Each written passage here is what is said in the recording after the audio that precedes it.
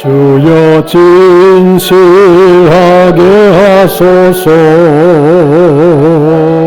오늘 하루 순간을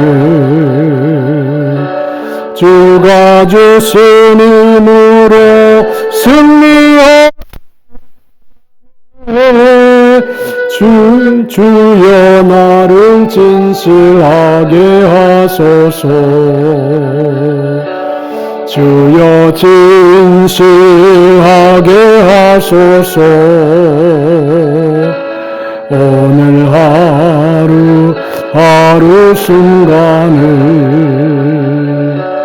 주가 주신 힘으로 승리하네.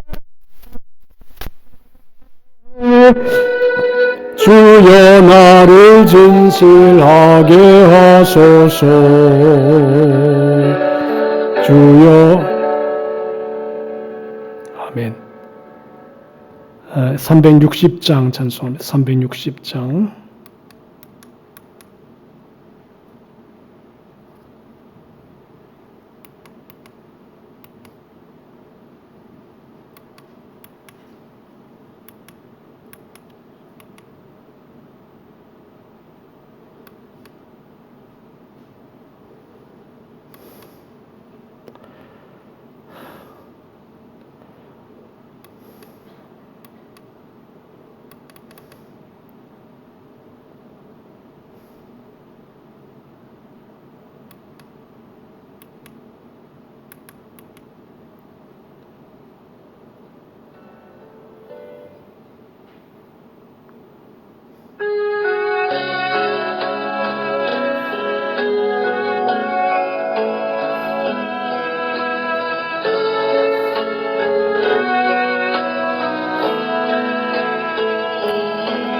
하나님은 너를 지키시는 자, 너의 우편에 그늘 되시니 낮에와 밤의 달도 너를 잊지 못하리. 하나님은 너를 지키시는 자, 너의 환난을 면케하시니 그가 너를 지키시리라. 너의 출입을 지키시리라. 눈을 들어 손을 모아라. 너의 도움 천지 주신 너를 만드신 여호와께로다.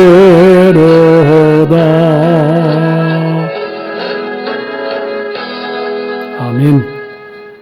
고은영 전사님 기도해 주시겠습니다.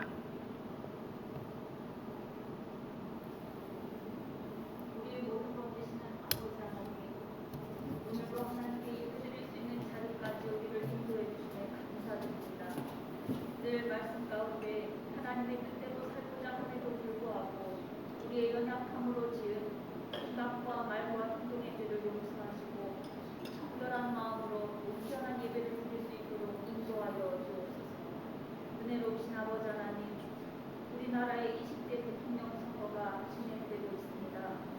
부디 하나님을 경외하고 우리나라의 건강한 미래를 책임질 수 있는 대통령이 선출되게 하옵소서. 자유민주주의를 수호하고 하나님의 뜻을 이 땅에 널리 펼칠 수 있도록 하나님 마음에 합한 자를 오직 하나님께서 친히 세워주시기를 간절히 소원합니다. 좋으신 아버지 하나님, 이 시간 하나님을 사랑하는 마음으로 달려나온 하나님의 사람들을 돌아보시고 그 마음의 소원을 들어주시며 믿음의 명분 가문을 이루어갈 수 있도록 도와주옵소서.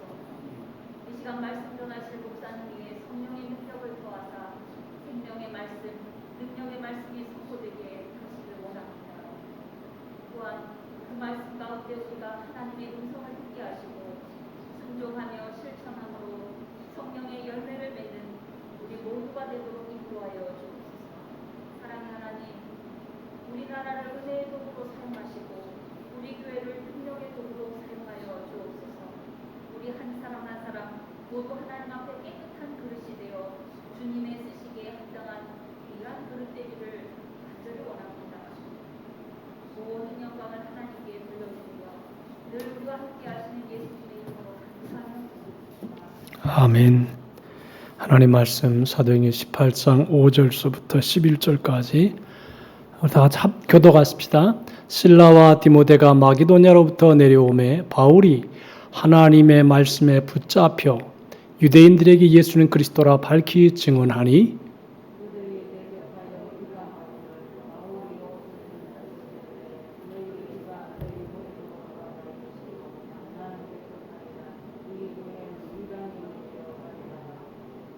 거기서 옮겨 하나님을 경외하는 디도 유스도라 하는 사람의 집에 들어가니 그 집은 회당 옆이라.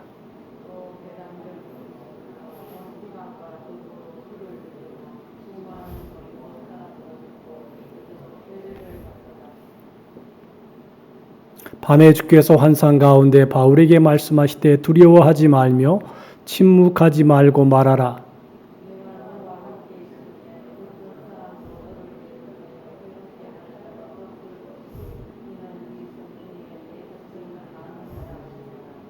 다 같이 1년 6개월을 머물며 그들 가운데에서 하나님의 말씀을 가르치니라.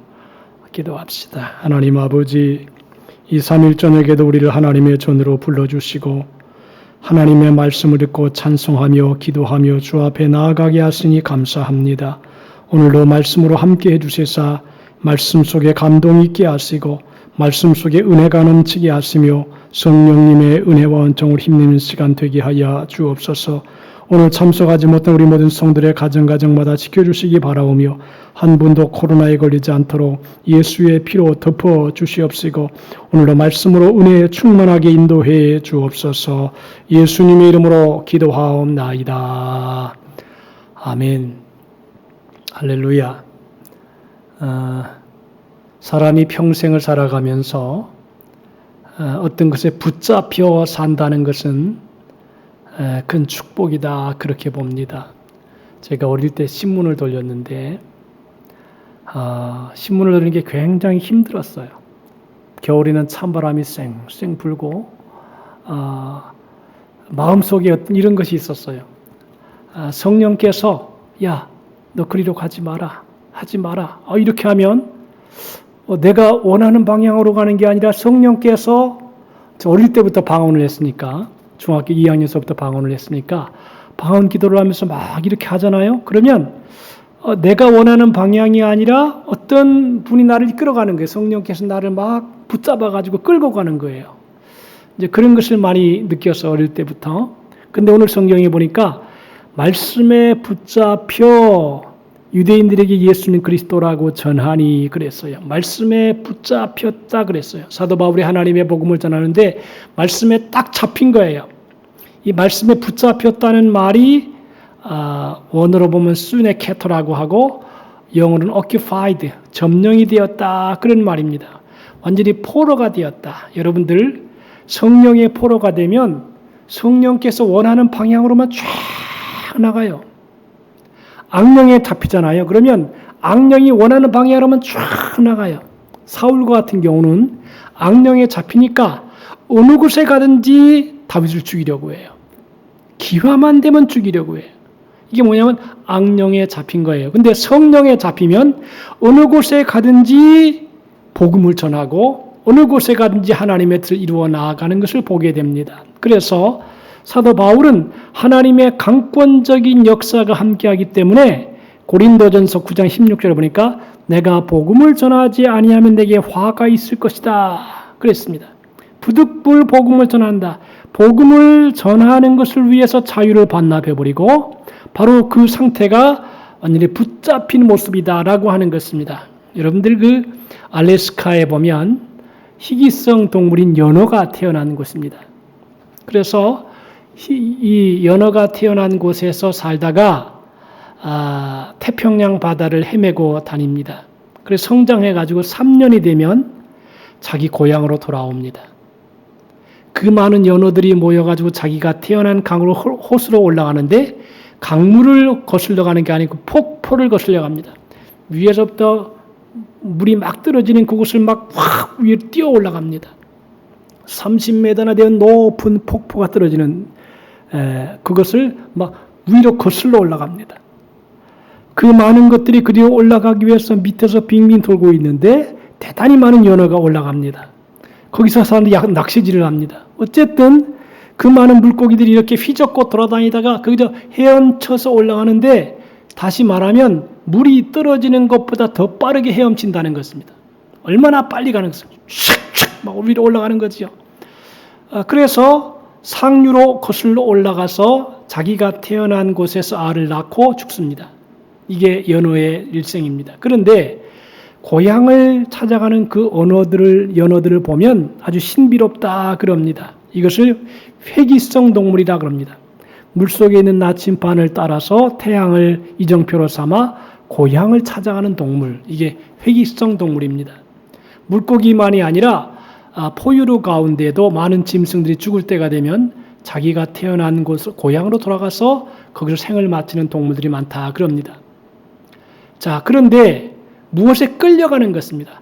여러분들, 연어가 뭐 지도가 있겠어요? 몰라요. 근데 본능에 의해서 막 끌려가는 것이죠.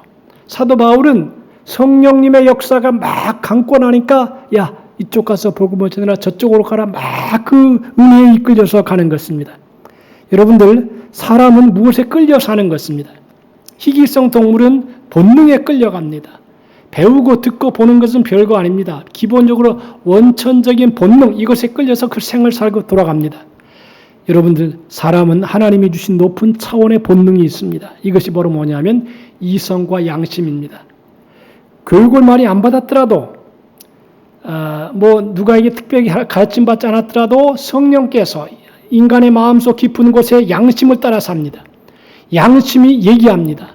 양심이 너 잘못 가고 있어. 너 잘 가고 있어. 그래, 맞아, 틀려. 그렇게 하면 안 돼. 누가? 양심이. 얼마나 중요한 거예요. 양심은 속일 수가 없어요. 누가 뭐 잘못했다, 잘했다 하기 전에 벌써 양심이 스스로가 얘기하고 있는 것이에요. 너 그거 잘 가고 있어. 너 그거 틀렸어. 양심이 얘기하고 있다는 것입니다.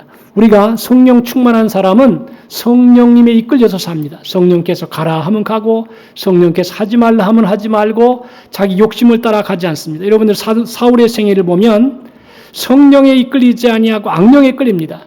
자기 고집을 따라 세웁니다. 그러니까 결국은 마지막에 죽음으로 갈 수밖에 없습니다.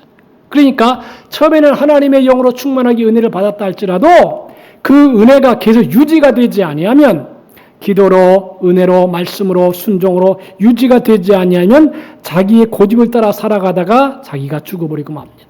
그래서 우리가 평생 동안 살아갈 때 성령의 감동을 따라 살아가는 것 참 중요하다라고 하는 것입니다.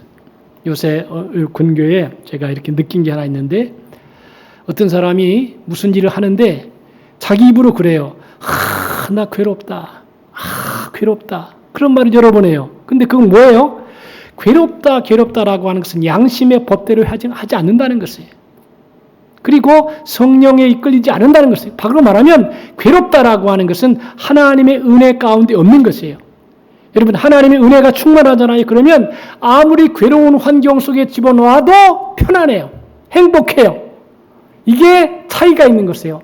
성령에 이끌리면 위로부터 내려오는 은혜로 인하여 의와 평강과 희락이 충만해요. 어떤 환경에 갖다 놔도 지옥과 같은 환경에 갖다 놔도 성령으로 충만하면 아주 기쁨이 넘치게 되고 희락이 있고 즐거움이 있어요. 근데 이 악령에 끌리면 끊임없이 괴로워하는 것입니다. 자기가 그래, 난 괴롭다. 그러면 그 괴로움이라고 하는 게 뭐냐? 하나님의 뜻을 행하지 않는 것 때문에 괴로운 것이에요. 사도 바울은 말씀에 붙잡혀서 복음을 전하라고 합니다. 이게 참 중요하잖아요.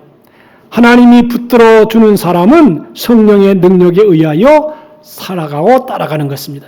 여러분들, 사람은 자기의 사명이 있어요. 그 사명을 다해야 행복해요. 그게 수입이 많든 적든 내가 할 일을 하고 사명을 잘 감당해야 기쁨이 있어요. 사명을 감당하지 아니하면 괴로워요. 교회 안 나오죠? 그럼 즐겁던가요? 괴로워요, 괴로워. 그 뭐냐 하면 사명의 자리에 있지 않은 거예요. 근데 사명을 감당하면 좀 힘들고 어려워도요, 즐거워요. 좋아요, 행복해요. 이게 사명받은 사람의 특징이에요. 여러분, 전쟁을 하는 중에 제일 중요한 사람이 누구냐면 경계병이에요. 경계병. 파수꾼, 지금으로 말하면. 경계병이 밤도 안 자고 잠도 안 자고요. 이렇게 적군을 살펴봐요. 누가 쳐들어오나 안 쳐들어오나 막 쳐다봐요. 근데 만약에 이 경계병이 파수꾼이 졸아가지고 누가 쳐들어오는지도 모르고 잠을 잤다. 그 사명 감당하지 않은 거예요. 그럼 어떻게 됩니까? 그 군대는 그 한 사람 파수꾼이 잘 망을 보지 못한 것 때문에 그 나라 전체가 망할 수도 있어요. 한 사람의 파수꾼의 사명을 감당하지 못하게 되면 그 피를 그 파수꾼의 손에서 찾는 것이에요. 그러니까 우리가 마찬가지, 우리도 주위에 있는 사람들에게 복음을 전하고 하나님의 말씀을 전해서 예수 믿게 해야지만이 그 사람에 대한 사명을 다하는 거예요. 만약에 나중에 하나님 앞에 가서 하나님, 야, 너 왜 그 옆에 있는 그 사람 전도 안 했냐? 몰라요. 뭐? 내가 복음을 너에게 전해주고 끊임없이 하나님의 교회를 통해서 복음을 전하라고 말했고, 그런데 너 사명 감당하지 않고 모른다고? 그 피를 네 손에서 찾으리라. 사명이라는 게 그렇게 중요한 것이에요. 여러분들, 그래서 우리가 나팔을 불지 아니한 책임은 자기 스스로가 져야 되는 것입니다. 그래서 성경에는 핏값을 찾으리라 그랬습니다. 내가 전해야 할 것은 전해야 되고 내가 해야 될 것은 내가 해야 되는 것입니다. 사람이 사명의 자리에 있지 아니하고 다른 곳에 가잖아요. 그럼 화가 임해요. 예를 들어서 여러분 보세요. 니느웨에게 하나님께서 니느웨에 가서 복음을 전하러 요나에게 말씀했어요. 요나는 하나님의 말씀을 들었어요. 근데 요나가 하나님의 말씀을 전달 안 가잖아요. 왜? 니느웨로 가지 아니하고 다시스로 가는 배가 있어요. 얼따 좋다 그래가지고 니느웨 사람 보기도 싫은데 잘 됐다 그래가지고 다시스로 가는 배를 타지요. 근데 그 배가 어떻게 됩니까? 막 풍랑이 임해요. 어려움이 임해요. 폭풍이 임해요. 고통이 임해요. 사명자가 한 사람이 하나님이 주신 사명을 감당하지 아니하고 니느웨로 가지 아니하고 다시스로 가니까 계속 고통이 임해요. 그러면 중요한 게 뭐냐면 그 한 사람만 고통을 당하는 게 아니라 그 배에 탄 사람 모두가 고통을 당해요. 지금 우리는 대통령 선거를 했습니다. 또 하고 있습니다. 만약에 저 대통령이라고 하는 사람이 하나님의 은혜를 받은 사람이면 나라 전체가 평안해요. 근데 하나님의 은혜를 받지 못하고 사명을 감당하지 못하면 그 사람 때문에 전체가 고통을 당할 수도 있다라고 하는 것입니다. 여러분, 가정도 마찬가지 아닙니까? 한 집안의 가장이나 한 집안의 어머니나 아버지가 그 집안을 잘 돌보고 관리해주고 먹여주고 입혀주고 재워주고 그래서 사명을 잘 감당하면 집안은 편안해요. 그런데 이 어머니 아버지가 사명도 감당하지 아니하고 맨날 딴 데 나가 있고 자기가 있어야 할 곳이 있지 아니하고 이러면 사명을 감당하지 못하기 때문에 그 사명을 감당하지 못한 그 가정은 불행하는 가정이 되는 것이에요. 자, 우리가 신앙인으로서 내가 있어야 할 곳에 딱 있어야 돼요. 근데 오늘 본문에 보니까 디도 유스도 회당 옆에 집에 산 사람이 있어요. 회당장 그리스보가 온 집안과 더불어 주를 믿으며 고린도 사람들이 듣고 믿어 세례를 받더라 했어요. 자, 여러분들, 사람이 어느 집에 사느냐가 중요한데 회당 옆에 살았어요. 회당 옆에 사니까 회당장이 하나님의 바울의 말을 잘 들어요. 그러니까 유대인들은 회당이라는 전통 속에서 이제 말씀을 가르치고 또 교육도 하고 교제도 하고 있기 때문에 디도 유스도라고 하는 사람이 회당장의 집 옆에 살아요. 회당 옆에. 그리고 얼마나 좋아요. 우리 한국에서 부산에서 제일 가까운 데 사는 사람은 도집사님하고 김계승 권사님 아니에요? 우리 집 빼놓고. 뭐냐면 그 옆에 있으면 예배 잘 드릴 수 있어요. 그죠? 다른 사람은 다 먼 데서 올 수 있지만 옆에 있는 사람은 금방 올 수 있잖아요. 근데 이 유스도라고 하는 사람이 회당 바로 옆에 살아요. 그러니까 하나님의 복음을 들을 수 있는 기회가 더 많지요. 또 회당장 그리스보가 온 집으로 더불어 주를 믿어요. 사도 바울이 복음을 전하니까 회당장이 예수를 믿었어요. 그리고 주위에 있는 사람이 다 듣고 세례를 받았다 그랬어요. 사람이 사는 환경이 중요해요. 그래서 교회 옆에 살면 더 좋지요. 기도 소리가 들리고. 자, 회당장인 그리스도가 하나님의 말씀을 듣습니다. 그 많은 사람, 고린도 사람들이 복음을 듣고 믿어서 세례를 받습니다. 참 축복된 일이죠. 그러면서 하나님께서 사도 바울에게 말합니다. 두려워하지 말며 침묵하지 말고 말하라. 이게 뭐냐면 사도 바울이 다니면서 복음을 전하면서 핍박을 많이 받았어요. 데살로니가에 있는 사람들이 자기를 죽이려고 오고, 그리고 고린도에서 이렇게 여러 가지 사람들이 환란이 있으면서 힘든 거예요. 그러니까 마음속에 위축이 돼요. 하나님께서 나타나서 사도 바울아, 두려워하지 말아라. 내가 너와 함께 있을 것이다. 잠잠하지 침묵하지 말고 말하라 그랬어요. 해롭게 너를 해야 할 자가 없고 내 이성에 내 백성이 많다 그랬습니다. 그러므로 두려워하지 말고 말하라 그랬어요. 얼마나 중요해요. 복음을 전하는데 여러분들 생소한 곳에 가서 복음을 전하잖아요. 그러면 아주 여러 가지 어려움에 처할 수 있는 경우가 많아요. 제가 신학교 다닐 때 이제 그 무전전도 여행을 갔어요. 참 그때는 겁도 없었어요. 우리 친구가 오정택이라고 하는 친구라고, 지금은 선생님인데 그 친구하고 복음을 이제 전하며 갔어요. 그럼 시골에 가면 아무도 몰라. 그런데 무조건 복음을 전하는 거예요. 그래서 때로는 밥을 굶기도 하고, 어떤 때는 아주 예수님을 영접하잖아요. 그러면 희한하대요. 예수님을 영접하면 건어하게 차려와요. 아주 그 복음을 받은 은혜가 있나 봐요. 그래가지고 아주 잘 먹기도 하고 이제 그런 경우가 있었어요. 여러분들, 자기의 사명을 감당하는 사람은 행복한 사람이에요. 하나님의 말씀과 그 능력을 믿고 열심히 복음을 전하면서 내가 너와 함께 있을 것이며 이렇게 말씀하는 것입니다. 여러분, 사람은 자기 일을 사랑해야 돼요. 저의 일은 말씀을 준비하고 또 복음을 전하고 기도하는 일입니다. 근데 이 일을 즐겁게 해야 돼요. 즐겁게. 토마스 에디슨이라는 사람은 이런 말을 했어요. 한평생 발명가로 잠을 자지 못할 정도로 열심히 한평생 일을 했다는 것이. 근데 그는 하루라도 소위 말하는 노동이라는 것을 한 적이 없대요. 그 무슨 말이냐? 무슨 일을 하든지 발명을 하면 재미가 있어서 열심히 하니까 아주 즐거웠다는 것입니다. 여러분, 예수 믿는 게 즐겁기를 바랍니다. 즐겁고 행복하고요. 이 복음을 위해 살아가는 게 얼마나 귀한 것이냐. 이거 알고 하면 얼마나 좋아요. 여러분, 복음은 능력이 있습니다. 복음은 예수 그리스도의 일생을 복음이라 그럽니다. 예수님이 하늘 영광 보좌를 버리시고 이 땅에 사람의 몸으로 오셨고 다윗의 혈통으로 나셨습니다. 다윗의 후손으로 오셨다고 말씀했습니다. 성경에 보니까 그의 아들에 관하여 말하면 육신으로는 다윗의 혈통에서 나셨고 십자가에서 죽으시고 죽은 자들 가운데서 부활하셔서 바로 이제 우리의 죄를 위해 십자가에 죽으신 예수님은 다시 땅에 구름을 타고 오실 것이다 라고 하는 것이 복음의 핵심입니다. 예수 그리스도는 구약에서 이미 예언했고, 그래서 성육신 하셨고 육신의 몸을 입고 오셨고 아브라함과 다윗의 후손으로 오셨고 그리고 십자가에 죽으시고 부활하셨는데, 그 예수 그리스도가 바로 복음의 중요한 소식이라고 하는 것입니다. 복음이라고 하는 단어는 좋은 소식, 기쁜 소식입니다. 여러분, 오늘 누가 대통령이 될까 기대가 되죠? 내가 찍은 사람이 될까 안 될까, 이것도 기대가 되잖아요. 자, 이 세상에서 가장 좋은 소식, 가장 기쁜 소식은 바로 예수 그리스도에 대한 소식이기 때문에 그렇습니다. 예수 그리스도가 복음이라는 것입니다. 복음은 능력이 있다 그랬어요. 사도 바울은 내가 복음을 부끄러워하지 아니한다 그랬습니다. 여러분들, 예수를 믿는 것을 자랑스럽게 생각해야죠. 그죠? 요새 이 우리나라가 예수 믿는 사람 믿음에 대해서 부끄럽게 생각하는 듯 분위기를 만들어요. 나는 절대 부끄럽지 않다고 생각해요. 예수 그리스도를 믿는 게 얼마나 고상하고 귀하고 소중한 일이냐. 안 그래요? 예수 믿는 게 얼마나 좋은 일이에요. 예수를 믿으면 구원도 받게 되고 평강을 얻게 되고 축복을 받고 그리고 영생을 누리게 되고 이 땅을 떠난다 할때 천국에 들어가게 되고 얼마나 여러 가지 축복이 있어요.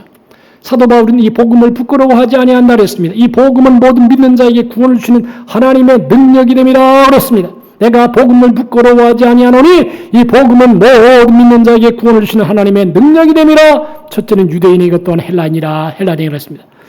사실은 세상 것들은 부끄러운 것들이 많습니다.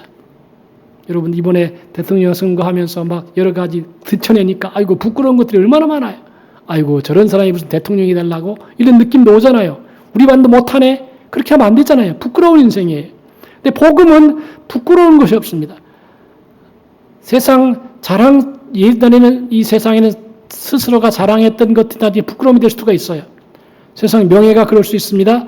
자랑스러운 명예들이 사실은 십자가 복음 앞에서 그렇게 얼마나 부끄러운 것들인지 모릅니다.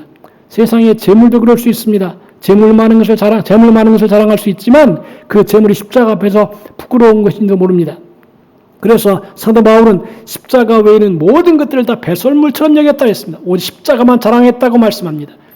우리는 세상에서 많은 여러 가지 경험을 어떤 많은 이력들을 내세우려고 하는 경우도 있습니다. 그래서 어떤 사람들은 여태까지 어떻게 살았는가 프로필을 보여달라고 하는 경우도 있습니다. 그런데 복음은 참 소중합니다. 나는 여러분 목사가 됐다는 것을 참 영광스럽게 생각합니다. 여러분은 권사님이 되고 또 집사님이 되고 교회 직분자가 되었다는 걸 얼마나 귀하고 소중한 것입니까? 왜냐하면 이 복음을 잘 전하면 영혼이 건져지고 구원되고 축복을 받고, 나는 그런 것 같아요. 제가 부족한 얘기지만 나를 만나는 사람들은 많이 행복한 것 같아요. 이번에 선교사님 네팔 선교사가 왔어요. 그래서 이제 대접을 해드리고 갔는데 이 선교사님이 마지막 나한테 문자를 남겨두고 갔어요. 목사님 아주 후하게 대우해 주셔서 감사합니다. 그러면서 갔어요. 우리 이제 이기원 장로님께서 저 일광 해수욕장에 있는 식당에서 식사를 잘 대접해 줘가지고 보냈어요. 내가 그런 얘기를 했어요. 장로님의 상은 여기 있어. 성경에 보니까 선지자를 영접한 자는 선지자의 상을 받을 것이라 했어요.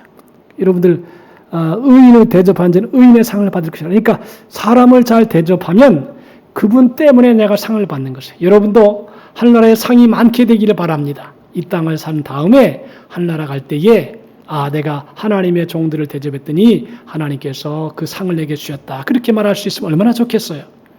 복음에는 구원의 능력이 있습니다. 복음을 듣고 받아들이는 순간에 놀라운 변화가 일어납니다. 복음에는 죄인을 회개시키는 능력이 있습니다. 강도를 변화시키고 나 같은 사람도 구원하는 강력한 능력이 있는 것입니다.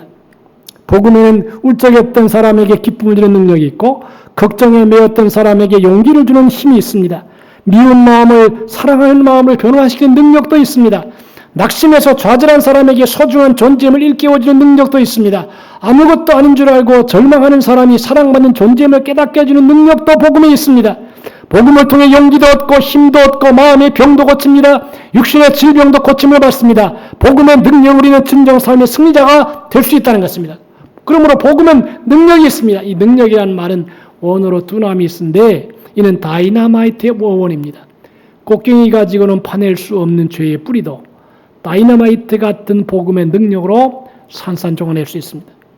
이번에 미국에서 큰 돌이 고속도로를 딱 막아버렸어요. 막 폭풍이 치고 눈보라가 치니까 나중에 그냥 큰 돌덩어리가 딱 막아버렸어요. 근데 그 돌덩어리를 어떻게 파괴하느냐? 거기다가 돌을 이렇게 파가지고 다이너마이트를 집어넣어요. 그래가지고 스위치를 탁 누르면 거대한 돌이 팍 깨져버리는 것입니다. 그래서 길을 다시 낼 수 있는 것입니다. 동굴을 뚫을 때도 우리가 길을 가는 굴을 만들 때에도 거기다가 다이너마이트를 집어넣어서 돌을 깨고 흙을 물쓰고 그래가지고 통로를 탁 만들어가지고 아주 훌륭한 인간이 사용할 수 있는 그런 길을 만든다라고 하는 것입니다. 다이너마이트 같은 능력이 복음 안에 있습니다. 도덕적인 노력으로도 10년이 가도 안 되는 힘든 이 복음의 능력으로 단번에 다이너마이트가 폭발하는 것처럼 위대한 힘을 나타낸다는 것입니다. 여러분들 우리는 체험적인 신앙이 참 귀합니다. 체험적인 신앙으로 복음의 능력을 깨달아야 된다는 것입니다. 아하, 내가 기도했더니 이렇게 응답해 주시더라. 이렇게 은혜를 주시더라.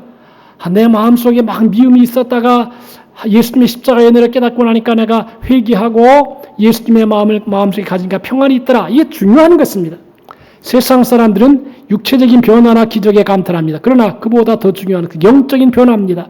홍해를 가르고 애굽에서 이스라엘 백성을 건져낸 것도 귀하지만 지옥에서 영원히 고통당할 죄인을 구원하여 축복의 자녀로 삼아주신 복음의 능력이야말로 가장 귀한 것입니다. 이 복음의 능력은 모든 상황과 조건을 초월합니다. 복음의 능력 앞에 구제불능이란 있을 수 없습니다. 따라서 복음 안에는 사람이 구제불능이라는 말은 자체가 불신앙인 것입니다. 이는 한마디로 하나님의 능력을 모독하는 행위인 것입니다. 그리고 중요한 게 있어요. 1년 6개월을 그들 가운데서 말씀을 가르치니라 그랬어요. 이게 중요해요. 사람이 가르침을 받잖아요. 그래 유능한 사람이 돼요. 어떤 면 가르침을 받아야 돼. 하나님의 말씀도 가르침 받아야 되고요. 학교도 공부를 잘할수록 눈이 그만큼 열려요. 생각이 열려요. 공부를 안 하잖아요. 가르침을 받지 않잖아요. 그럼 맨날 다람쥐 쳇바퀴 돌아서 고기서 고기야. 그런데 하나님의 말씀의 가르침을 들으면 이게 말씀의 가르침을 받으면 점점 눈이 열리고 생각이 열리고 귀가 열리고 지혜가 있어요. 여러분들 요새 우리나라에서 엄청난 발명을 했어요. 무슨 발명했냐면 이 플라스틱 있잖아요. 플라스틱을 녹여가지고 거기서 기름을 만들어내는 거예요. 이야, 대한민국 대단해요. 연구를 많이 해야 돼요. 공부를 많이 해야 돼요. 그래서 쓰레기 같은 플라스틱을 다 모아다 거기다 집어넣으면 거기서 이제 일정한 온도를 맞추고 과학적인 기술을 집어넣으면 그게 기름이 돼가지고 쭉 나온 거예요. 얼마나 멋있어요. 이 플라스틱을 한번 집어넣으면요, 이게 녹지도 않고 이건 오랜 세월 몇백 년이 가도 없어지지가 않아요. 그런데 우리 대한민국에서 이 과학 기술을 잘 활용을 해가지고 플라스틱을 갖다가 쓸모없는 플라스틱을 석유가 경유가 돼서 나오는 그런 기술을 개발했어요. 왜? 그만큼 공부를 많이 했기 때문에 그래요. 여러분들, 우리가 이스라엘 사람들은 공부를 많이 시킵니다. 그것을 쉐마라 그런데요. 이스라엘아 들으라. 우리 하나님 여호와는 오직 하나인 여호와시니 너는 마음을 다하고 성품을 다하고 힘을 다하여 내 하나님 여호와를 사랑하라 그랬습니다. 이스라엘 백성들은 누구나 모든 가정에서 어린 아이들이 태어나기만 하면 말을 배우기 시작한 초기부터 이 말씀을 외우게 하고 아침 저녁으로 이 내용을 기도하게 했을 뿐 아니라 임종 전까지 마지막으로 기도하는 내용까지도 이 말씀으로 기도하게 했습니다. 그리고 쉐마는 아주 중요한 부분이었습니다. 왜냐하면 그들의 최대 관심과 과제는 어떻게 하면 인간인 죄인이 거룩하신 하나님을 진심으로 사랑할 수 있는가, 바로 이것 때문이었습니다. 이 말씀 가운데서 마음을 다하고 성품을 다하고 힘을 다하여 하나님 여호와를 사랑하라고 하는 것은 전인격과 온몸과 정성을 다 기울여 하나님을 사랑하는 거라고 하는 것입니다. 그래서 성경에는 이 말씀을 내 마음에 새기고 그랬어요. 마음에 새겨라. 부모를 향하는 것이죠. 그러면서 선생님을 향하는 것입니다. 이 말씀의 의미는 모든 부모님들이나 선생님들은 자녀들이나 학생들에게 하나님의 말씀을 가르치기 전에 먼저 하나님의 명령을 새겨두어야 한다는 것. 성도도 마찬가지예요. 여러분들, 예배를 드리면 예배를 드리다가 깨닫는 것도 있지요. 깨닫는 것도 있고 또 회개할 것도 있고 마음이 새로워져요. 아무래도 예배 안 드리고 그냥 살아가는 사람보다는 예배 드린 사람이 훨씬 더 새로운 마음을 갖게 되고 깨어있게 되고 바로 새긴단 말이에요. 그러니까 초대교회는 제자들이 가르침을 막 가르쳐줬죠. 그 말씀을 마음속에 새기고 그리고 회개하고 또 전하기도 하고 사랑을 나누기도 하고 베풀기도 하고 주기도 하고 서로 교제하면서 은혜를 받았어요. 그러니까 초대교회가 왕성한 것입니다. 자, 이 내용을 가만히 보면 우리가 몇 가지 알 수 있는, 첫째로는요, 내용을 정리하면 말씀에 붙잡혀 사는 유대인들에게 예수를 그리스도라고 전했다. 말씀에 붙잡혀서 사도 바울이 복음을 전했어요. 여러분도 평생 하나님의 말씀에 붙잡히기를 바랍니다. 성령의 능력에 사로잡히기를 바랍니다. 그리고 회당장 크리스바가 온 집안과 더불어 주를 믿으며 고린도 사람이 듣고 믿어 세례를 받더라. 바울이 전한 복음을 듣고 회당장 예수 믿고 구원되어 크리스바가 예수 믿고 구원되었고 집안도 예수 믿었고 그리고 온 고린도 사람들이 믿어 세례받았습니다. 그리고 1년 6개월을 그들 가운데서 말씀을 잘 가르쳤다. 그러니까 이 가르침을 인해서 교회가 은혜 속에 든든히 거하는 것입니다. 지금도 하나님의 살아있는 말씀, 복음의 능력은 전파돼야 되고 그 전파된 능력을 통해 하나님 나라가 이루어지며 하나님의 영광을 드러내야 된다. 여러분들, 이 은혜가 사도 바울에게만 있으니까 우리 모두에게 이 은혜가 함께하기를 주님의 이름으로 축복합니다. 기도합시다. 하나님 아버지 감사합니다. 오늘도 우리가 주의 말씀에 붙잡혀 살기를 원합니다. 사도 바울이 하나님의 말씀에 붙잡혀 삶으로 힘을 얻고 주의 영광을 드러내며 은혜에 사로잡힌 자가 되어서 사명을 감당하는 것처럼 오늘도 우리로 하여금 주신 귀한 사명 감당해서 주 앞에 영광 돌리게 인도해 주시옵소서. 성령이여 함께해 주시사 주의 나라가 우리 모두에게 임하게 도와 주옵소서. 예수님의 이름으로 기도하옵나이다. 아멘. 찬송가 222장 찬송하겠습니다.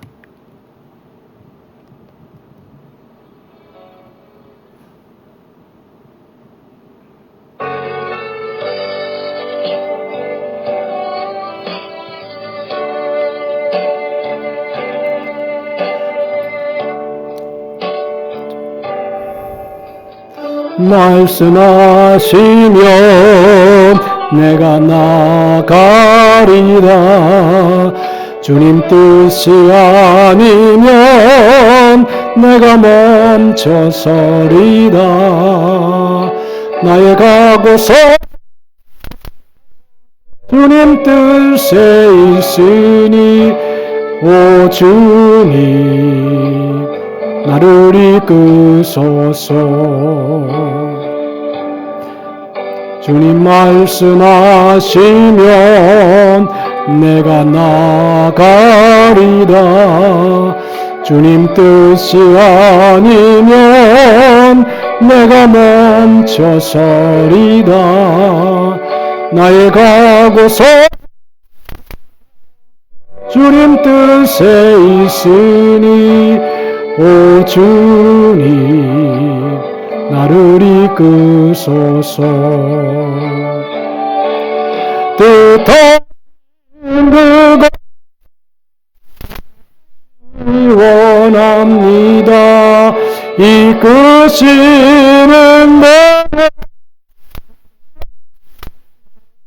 리니 연약한 내